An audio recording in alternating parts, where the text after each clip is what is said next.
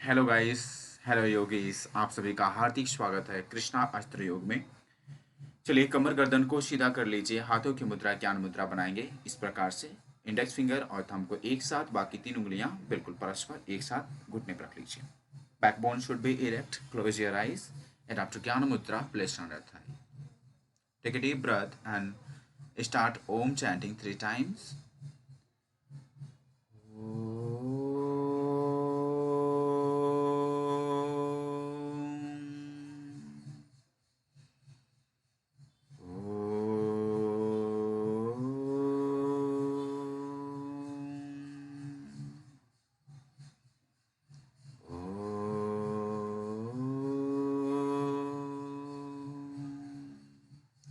शांति शांति शांति। ओम। हे आदि योगी, मैं नतमस्तक होकर के आपको प्रणाम करता हूँ, करती हूँ। प्रभु मेरी योग साधना फलवती गुणवती हो। आंखें खोल लीजिए, हाथ नीचे। आज हम पढ़ने जा रहे हैं पार्ट 9, जिसमें हम पढ़ेंगे महामुद्रा, महाबंध मुद्रा, महावेद मुद्रा और खेचरी मुद्रा। जैसा कि आप सभी लोग जानते हैं, कृष्णा अस्त्र योग का मेन उद्देश्य है कि आप सभी को सिंपल से सिंपल शब्दों में पढ़ाया जाए योग की जो हमारे टेक्स्ट बुक्स हैं उनको, और छोटी से छोटी बातें आपको खेल खेल में सिखाया जाए। हमारा यही प्रयत्न है कि आप सभी लोगों का नेट और जेआरएफ क्लियर हो। तो चलिए देखते हैं, आगे की ओर अभ्यास को बढ़ाते हैं। जैसा कि कृष्णा अस्त्र योग का मेन उद्देश्य है उष्टित जागृत प्राप्य वरानी बोधत, जो इनका ध्येय वचन है, इन्होंने बनाया है कि हमारा उद्देश्य भी यही होना चाहिए कि हमें उठना है, जागना है और लक्ष्य प्राप्ति तक भागना है। कि कहाँ भागना है, कहाँ रुकना है, जा करके अपने टारगेट को पार करके नेट और जेआरएफ क्लियर करके ही रुकना है।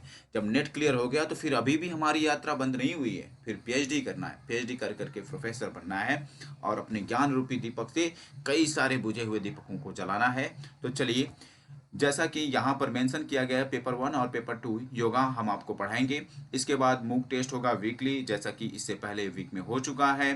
पीवाईक्यू कुमार भरत और तलविंदर सर से मार्गदर्शन में हम रहेंगे और उनके द्वारा जो ज्ञान हमें अर्जित होगा आपके पास ट्रांसफर किया जाएगा। 1 hour फॉर फ्यूचर, 1 घंटा क्या हम अपने लिए नहीं दे सकते, अपने फ्यूचर अपने भविष्य के लिए नहीं दे सकते क्या? जिन्होंने अपने मेहनत की, खून पैसे की कमाई आपको लगा दिया, आपको सींचा है, आपको पाला है, पोसा है बड़ी उम्मीदों के साथ, क्या हम उनके लिए इतना नहीं कर सकते? चलिए आगे बढ़ते हैं। टू द पॉइंट लेक्चर, जो हमारा लेक्चर होगा अर्थात हमारी भाषण की श्रृंखला होगी, वो बिंदु को ध्यान में रख करके की जाएगी। तो चलिए, जैसा कि ये आपको नंबर दिखाई दे रहा होगा 7522856558, ये कृष्णा सर का नंबर है। कोई भी जानकारी लेना चाहते हैं तो आप वहां से उनसे प्राप्त कर सकते हैं। अदरवाइज मेरा नंबर भी है 9695440618, आप मुझसे भी कांटेक्ट कर सकते हैं। चलिए अब शुरू करते हैं। तो यहाँ पर जिस प्रकार से सांपों के स्वामी शेषनाग पर्वत वन सहित संपूर्ण पृथ्वी के आधार हैं, उसी प्रकार संपूर्ण योग तंत्रों का आधार कुंडलिनी है। ये क्या बता रहे हैं? जिस प्रकार सर्पों के स्वामी, अर्थात सर्पों का स्वामी मतलब सांपों का राजा कौन है? शेषनाग है। शेषनाग जी ने क्या किया है? पर्वत वन सहित संपूर्ण पृथ्वी के आधार हैं। इन्होंने क्या किया? वन, पर्वत, हिमालय सब चीज को अपने शीश पर धारण किया है, अर्थात आधार हैं, बेस हैं। बेस भी कह सकते हो, जस्ट लाइक अ पिलर भी कह सकते हैं कि पूरी जैसे एक पिलर पे भवन, सदन भवन गृहदान निकेतन एक टिका रहता है, ठीक उसी प्रकार से आप यहाँ पे वीडियो में देख पा रहे होंगे शेषनाग जी के फन पर हमारी पृथ्वी टिकी हुई है। तो अब हम ये जान चुके हैं। अब उसी प्रकार संपूर्ण योग तंत्रों का आधार कुंडलिनी है। ये कहना क्या चाह रहे हैं? जिस प्रकार से सांपों का राजा शेषनाग जी हैं, उन्होंने क्या किया है? पृथ्वी को धारण किया है। पृथ्वी पर क्या क्या है? जल है, वायु है, पेड़ हैं, पौधे हैं, नदियां हैं, और क्या है? पर्वत हैं, पठार है, हिमालय है, वन जीव है, मनुष्य जीव है, बहुत सारे जीव हैं। तो उन सबको क्या किया है? धारण किया हुआ है। चलिए अब देख लेते हैं। योग तंत्रों का आधार कुंडलिनी है, और योग जो तंत्र हैं उनका आधार क्या है? कुंडलिनी है। कुंडलिनी क्या है? अब उसके बारे में और उसके अनेक नामों का जो सिनोनिम्स हैं, पर्यायवाची हैं, हम उन्हें भी देखेंगे। तो चलिए देख लेते हैं सुषुम्ना के पर्यायवाची सिनोनिम्स ऑफ सुषुम्ना। सुषुम्ना के सिनोनिम्स पर्यायवाची जरूर याद करें, क्योंकि यूजीसी नेट में ये जरूर पूछता है। सुषुम्ना, शून्य पदवी, ब्रह्मरंध्र, महा महापथ, शमशान, शांभवी, मध्य मार्ग। ये क्या क्या है? सबसे पहले आप देखिए, इसे जरूर कंठस्थ कर लें। 7 पर्यायवाची हैं। पहला नंबर 1 सुषुम्ना, शून्य पदवी, ये दोनों यस यस से हैं। इसके बाद ब्रह्मरंध्र, महापथ, शमशान, शांभवी। ऊपर देखिए, यस यस से पहला यस यस से सुषुम्ना और दूसरे यस से शांभवी। इसके बाद यहीं पर ब और म, तो ब से ब्रह्मरंध्र, म से महापद, फिर से स से आ गया तो क्या है? शमशान, शांभवी, फिर से म आ गया मध्य मार्ग। तो आप ऐसे याद कर सकते हैं। चलिए आगे बढ़ते हैं। ये बता क्या रहे हैं उस पे देखते हैं। हमारा पॉइंटर आपको विजुअल होगा, आशा नहीं पूर्ण विश्वास है आप सभी को मेरी आवाज़, वीडियो क्वालिटीज़ और मेरा पॉइंटर विजुअल होगा। सुषुम्ना के मूल स्थान में सोई हुई कुंडलिनी को जगाने के लिए पूर्ण प्रयास के साथ मुद्राओं का अभ्यास करना चाहिए। ये क्या बता रहे हैं? To awaken the sleeping kundalini in the root place of Sushumna, one should practice the mudras with full effort। ये क्या बता रहे हैं? जो हमारी सुषुम्ना के मूल स्थान में सोई हुई है, सुषुम्ना का मूल स्थान अर्थात जड़ वाले भाग में क्या सोई हुई है? कुंडलिनी।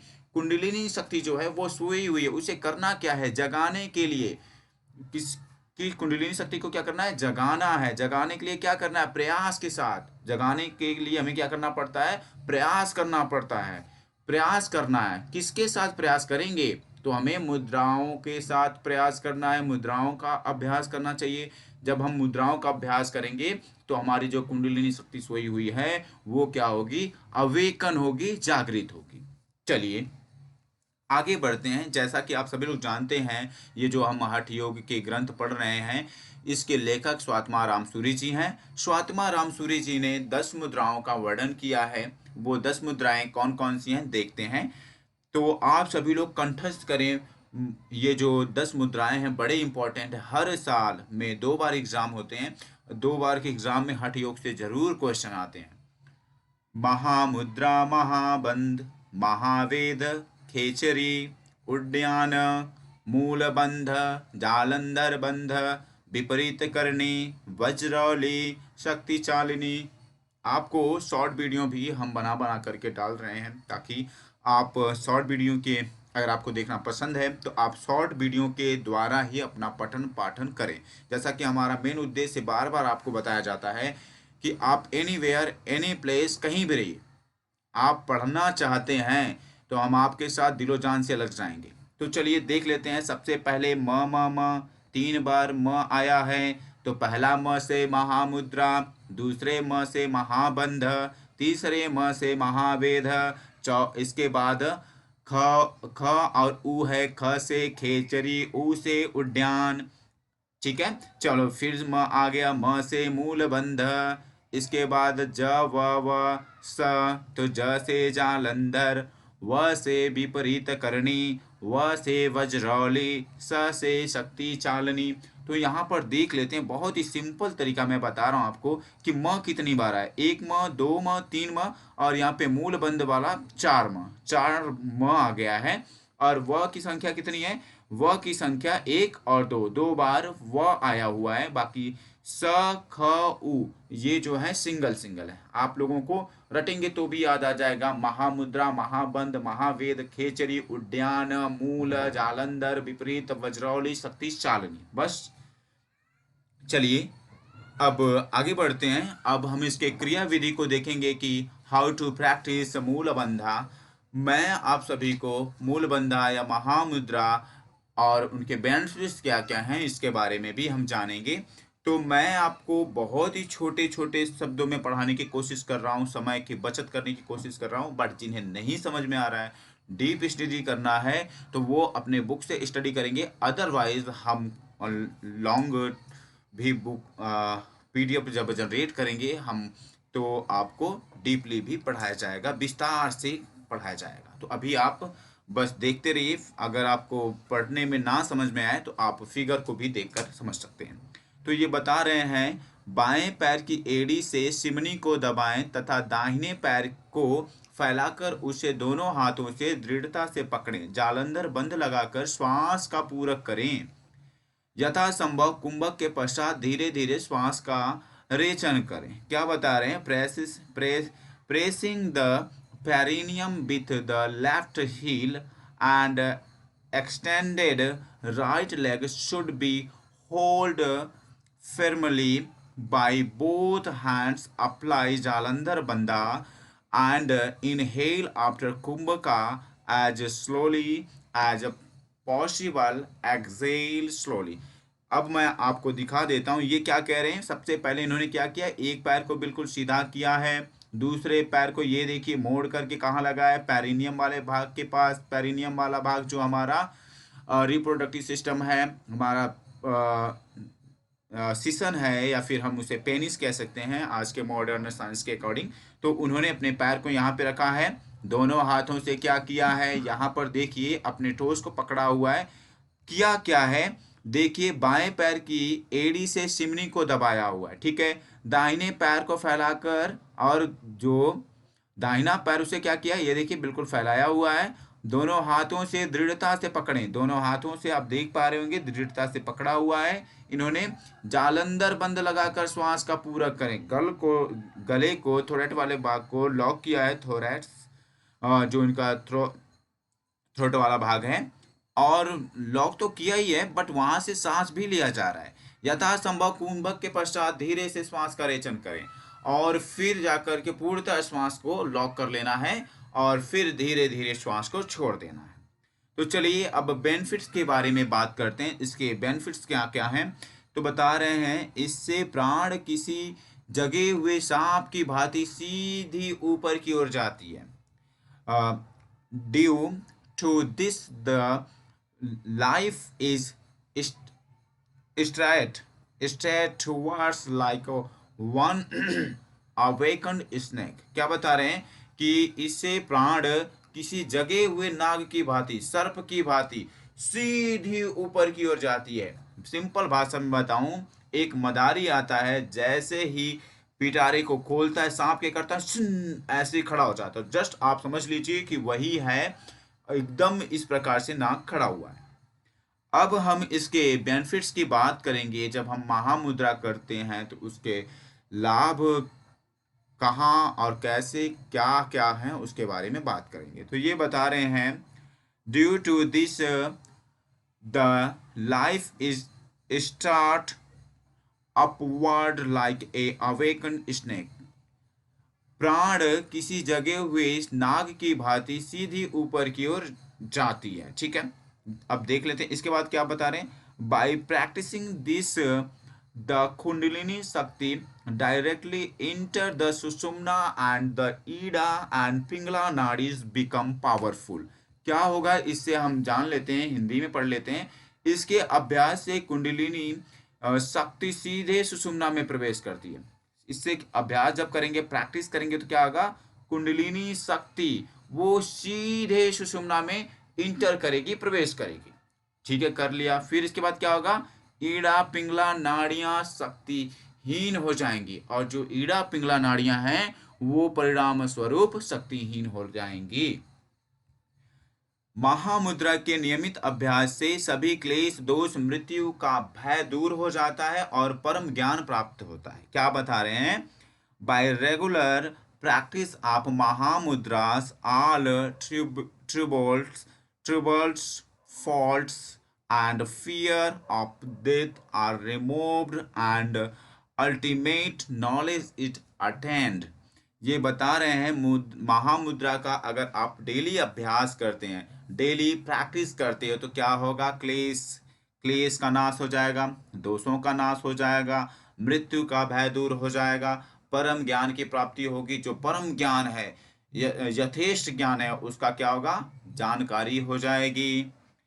चलिए अब देख लेते हैं क्षय क्षय, कुष्ठ रोग, चर्म रोग, कोष्ठबद्धता, वायुगोला, अजीर्ण तथा अन्य अनेक दोष जो हैं वो नष्ट हो जाते हैं। अब देखते हैं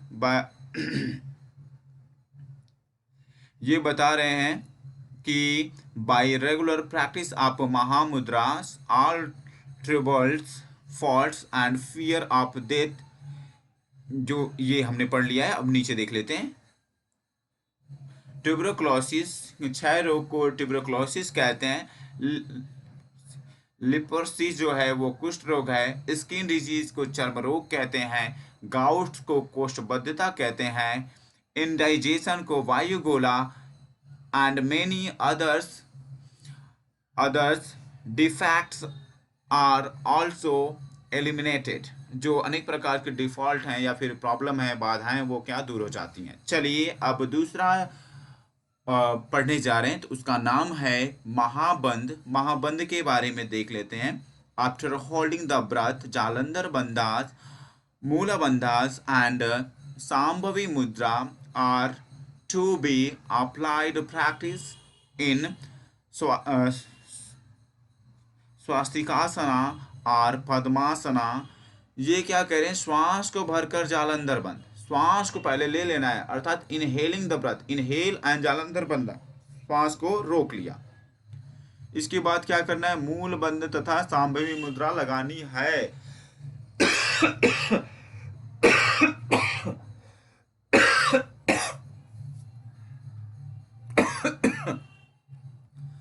इसके बाद कह रहे हैं हमने सांभवी मुद्रा लगा ली, तो स्वास्तिकासन या पद्मासन में इसका अभ्यास करें।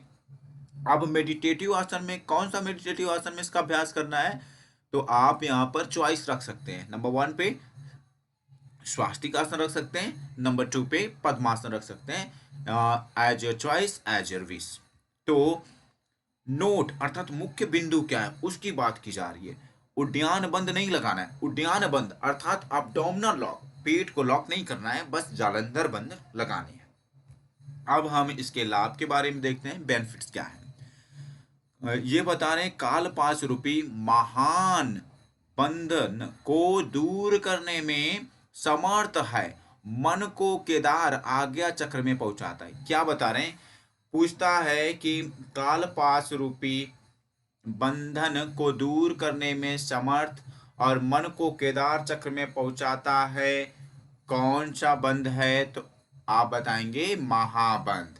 ठीक है, capable of removing the great baggage of Kalpasa, take the mind to Kedar आज्ञा चक्र। अब हम तीसरे अभ्यास की ओर बढ़ते हैं, जिसका नाम है महावेद। तो महावेद की क्रिया विधि देखेंगे, प्रैक्टिस देखेंगे कैसे करना है, विशेष बातें क्या है, स्पेशलाइजेशन क्या है, इसकी लाभ बेनिफिट्स क्या हैं, इसको भी देखेंगे। तो ये बता रहे हैं महाबंध लगाकर दोनों हथेलियों को अच्छी तरह जमीन पर लगाकर तुलासन के समान उठकर नितंब को हल्के और धीरे से भूमि पर पटकें। क्या बता रहे हैं, ऐसा करने से ईड़ा, जो वायु ईड़ा है, पिंगला को छोड़कर सुषुम्ना में गतिशील हो जाती है। क्या बता रहे हैं, ऐसा जब हम करते हैं तो जो हमारी वायु है अर्थात गैस है, वो ईड़ा को छोड़ करके, ईड़ा और पिंगला इन दोनों को छोड़ करके कहाँ जाती है, सुषुम्ना में मध्य मार्गगामी हो जाती है। ठीक है जी, गतिशील हो जाती है। बता रहे हैं applying महाबंधा, placing both the palms formally on the ground, raising up like a tulasana and lightly and slowly hitting the buttocks on the ground. By doing this, air leaves ida and pingla and moves into sushumna। वही बात यहाँ पर English में बताई गई है। तो चलिए अब विशेष बात देख लेते हैं, स्पेशलाइजेशन क्या है, विशेषीकरण क्या है, उसके बारे में ये बता रहे। Just as a young and beautiful woman is fruitless without a man. Similarly, both Mahamudra and Mahabandha are fruitless without Mahaveda. ये कह रहे हैं जिस प्रकार से यौवन संपन्न सुंदर स्त्री पुरुष के बिना फल रहित है। अर्थात ये क्या कह रहे हैं कि एक बहुत ही सुंदर स्त्री है, उसका विवाह अगर नहीं हुआ है या फिर उसके पास पति नहीं है तो संतान उत्पत्ति नहीं हो सकती, वो फलहीन है। जब मेल और फीमेल, नर और नारी का मिलन होता है तो एक नए जीवन का शुरुआत होता है। तो ये यही बता रहे हैं, जैसा कि आपने पढ़ा होगा कि सजना है मुझे सजना के लिए। इसका क्या मतलब है, यहाँ पर बताया गया सजना है किसके लिए, अपने सजन के लिए, अपने पति के लिए। ठीक उसी प्रकार से ये बताते हैं यौवन संपन्न सुंदरी जो है वो स्त्री पुरुष के बिना फलहीन है। जब तक वो पुरुष के संपर्क में नहीं आएगी या फिर पुरुष महिला के संपर्क में नहीं जाता है तब तक वो फल प्राप्त हो ही नहीं सकता। वैसे ही महामुद्रा और महाबंध ये दोनों ही महावेद के बिना फलहीन है। अगर आपने महामुद्रा कर लिया, महाबंध भी कर लिया और महावेदस्य खेचरी अर्थात महावेद आपने नहीं किया तो ये पूरा फलहीन है, जीरो हो जाएंगे। ये पूछता है कि बताइए किसके बिना फलहीन है, तो आप बताएंगे महावेद के बिना फलहीन है। फिल इन द ब्लैंक्स में। चलिए, just as a young and beautiful women is fruitless without a man, similarly both Mahamudra and Mahabandha are fruitless without Mahaveda. Benefit देखते हैं, बेनिफिट्स क्या हैं। Destroys old age and death, removes wrinkles, graying of hair and tremors। क्या बता रहे हैं ये, बुढ़ापे व मृत्यु को नाश करता है। सबसे 1 पॉइंट, बुढ़ापा नहीं आएगा, मृत्यु नहीं आएगी। ठीक है, बुढ़ापा अर्थात शरीर कमजोर हो जाता है तो बुढ़ापा है। मृत्यु अर्थात शरीर जब बुढ़ा हो जाता है, कमजोर हो जाता है, जर्जर हो जाता है तो मृत्यु को प्राप्त हो जाता है। तो ना ही बुढ़ापा आएगी ना ही मृत्यु आएगी। झुर्रियां अर्थात स्किन लटकेंगे नहीं। बाल पकना व कंपन को दूर करती। इससे क्या होगा, जो हमारे बाल हैं वो वाइट नहीं होंगे। और कंपन अर्थात पार्किंसन डिजीज आपने देखा या फिर हाथों को ऐसे से कांपते हुए देखा होगा, वाइब्रेट होते हुए देखा होगा, ये भी इससे दूर होता है। महामुद्रा, महाबंध और महावेद तीनों का अभ्यास अरिमा आदि अष्ट सिद्धियों को प्रदान करते हैं। महाबंध, महावेद और महामुद्रा ये तीनों के अभ्यास से अरिमा और अष्ट सिद्धियां जो है उनकी प्राप्ति। प्रतिदिन 3 घंटों पर 8 बार इसका अभ्यास करना चाहिए। ये क्या कह रहे हैं कि रेगुलर डेली बेस पे क्या करना है, आपको 3 घंटे पर 8 बार अभ्यास करना है। 3 घंटे में आपको 8 बार अभ्यास करने हैं। चलिए अब खेचरी मुद्रा देख लेते हैं। खेचरी, खे अर्थात आकाश, चर मतलब विचरण करना है। ये बता क्या रहे हैं, खेचरी मुद्रा मैंने आपको शॉर्टकट इसलिए बताया क्योंकि कुछ बच्चे YCB, YIC, MA, BA, यहाँ तक कि कुछ बच्चे डिप्लोमा वाले भी होंगे, उन्हें पूछा जाता है कि आपने अगर रिपोर्ट राइटिंग लिखा है तो खेचरी अगर मान लीजिए आपका टॉपिक है तो खे का मतलब क्या है, चर का मतलब क्या है। तो आप बता सकते हैं खे का मतलब है आकाश, चर का मतलब है गमन करना, एक स्थान से दूसरी जगह पर जाना। अर्थात आकाश में चलने की, आकाश में उड़ने की, आकाश में गमन करने की शक्ति जो प्रदान करती है वो है खेचरी मुद्रा। अब इसकी क्रिया विधि बता रहे हैं। जीभ को उल्टा करके कपाल कुहर में डालना और अपने दोनों भावों के बीच ध्यान को केंद्रित करना, यही खेचरी मुद्रा कहलाती है। इसे व्योम चक्र के नाम से भी जाना जाता है। Reversing the tongue, one should insert it in the nasopharyngeal cavity, nasopharyngeal cavities। ये क्या बता रहे हैं, जीभ को उल्टा करके कपाल गुहर में डालना है, इसके बाद दोनों भौहों के बीच में ध्यान लगाना है, आईब्रो के सेंटर ऑफ द आईब्रो यहाँ पर आपको देखना है और केंद्रित केंद्रित करना है। क्या करना है? सेंटर्ड करना है, यहाँ पर केंद्रित करना है, एक लक्ष्यात्मक बिंदु पर आपको ध्यान लगाना है। यह खेचरी मुद्रा कहलाती है। और क्या कहलाती है? ये खेचरी मुद्रा कहलाती है जब आप जिह्वा को, टंग को फोल्ड करके लगाते हैं। यहाँ पर देखिए इन्होंने रिवर्स डायरेक्शन में ऊपर उठा करके यहाँ पे तालू वाले भाग में लगाया हुआ है। ये खेचरी मुद्रा का पहला अभ्यास। ये देखिए दूसरा, ये तीसरा, और देखिए फिर चरम अवस्था की प्राप्ति। अब देख लेते हैं जीभ को जीभ को लंबी करने के लिए काटना। स्नूही के पत्ते से जीभ को बाल भर काटना, चालन और दोहन इस क्रिया का वर्णन किया गया है। जो है खेचरी करने के लिए हम, जाहिर सी बात है, हमें जीभ बड़ी होनी चाहिए, तभी हम उसे फोल्ड कर सकते हैं और बाधा उत्पन्न ना हो, इसलिए हमें नीचे थोड़ा सा कट करना पड़ेगा। और किससे कट करना पड़ेगा? स्नूही के पत्ते से। तो ये जो इसकी क्रिया विधि है हम पढ़ रहे हैं, थोड़ी सी और भी बातें जान लीजिए। इसमें चालन, दोहन, मर्दन, अर्थात चालन करना है, दोहन करना है, मर्दन करना है। मर्दन अर्थात काटना। तो यही देखिए यहाँ पर बताया गया है कि चलाना है, दोहन करना है और काटना है। किससे काटना है? स्नूही के पत्ते से।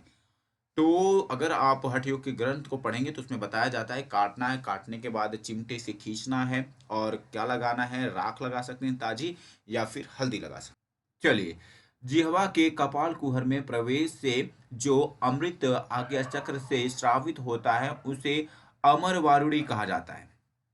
पूछ सकता है कि जिह्वा के कपाल कुहर में प्रवेश के बाद जो अमृत आज्ञा चक्र से स्रावित होता है उसे क्या कहते हैं? तो आप बताएंगे अमर वारुणी। उस अमृत को अपने जिह्वा से पीना गौ मांस भक्षण कहा गया। हमारा तालु वाला भाग है, तालु चक्र है, वहां से सोमरस टपकता है। जिह्वा को गौ की भी उपाधि दी गई है। गौ अर्थात जीभ, मांस भक्षण अर्थात जो अमृत है उसे अपने जिह्वा से श्राव को सोख जाना, अर्थात अमृत को भक्षण करना है, उसे ही गौ मांस भक्षण कहा जाता है। ठीक है, कोई ये नहीं समझेगा कि गाय का मांस खाने जैसा बात की गई है। चलिए इंग्लिश को यहाँ पर अवॉइड करते हैं, आगे बढ़ते हैं। साधक को विभिन्न प्रकार के स्वाद का अनुभव होता है। ये क्या बता रहे हैं? जो योगीज होते हैं, सो मेनी टेस्ट उन्हें फील होता है। तो कौन कौन से टेस्ट वो फील करता है योगी? चलिए हम उसको देख लेते हैं। तो ये बता रहे हैं सबसे प्रारंभ में, मतलब फर्स्ट स्टेज में नमकीन, दूसरे स्टेज में तीखा, तीसरे स्टेज में खट्टा, चौथे स्टेज में दूध, पांचवे में शहद और छठे में घी के समान स्वाद का अनुभव होता है। चलिए अब खेचरी मुद्रा का जो बेनिफिट्स है उसके बारे में बात करेंगे। बेनिफिट्स ऑफ खेचरी मुद्रा, तो ये बता रहे हैं इसके अभ्यास से साधक को विष, रोग, मृत्यु तथा बुढ़ापा आदि से मुक्ति हो जाता है। उसे भूख, प्यास, निद्रा, मूर्छा आदि नहीं सताती। क्या क्या नहीं होता? इसके अभ्यास से साधक को विष अर्थात पॉइजन, रोग अर्थात डिजीज, मृत्यु अर्थात डाई, बुढ़ापा अर्थात ओल्ड एज का आना, इन सब से क्या होगा? मुक्त हो जाएगा, free from old age, disease etcetera.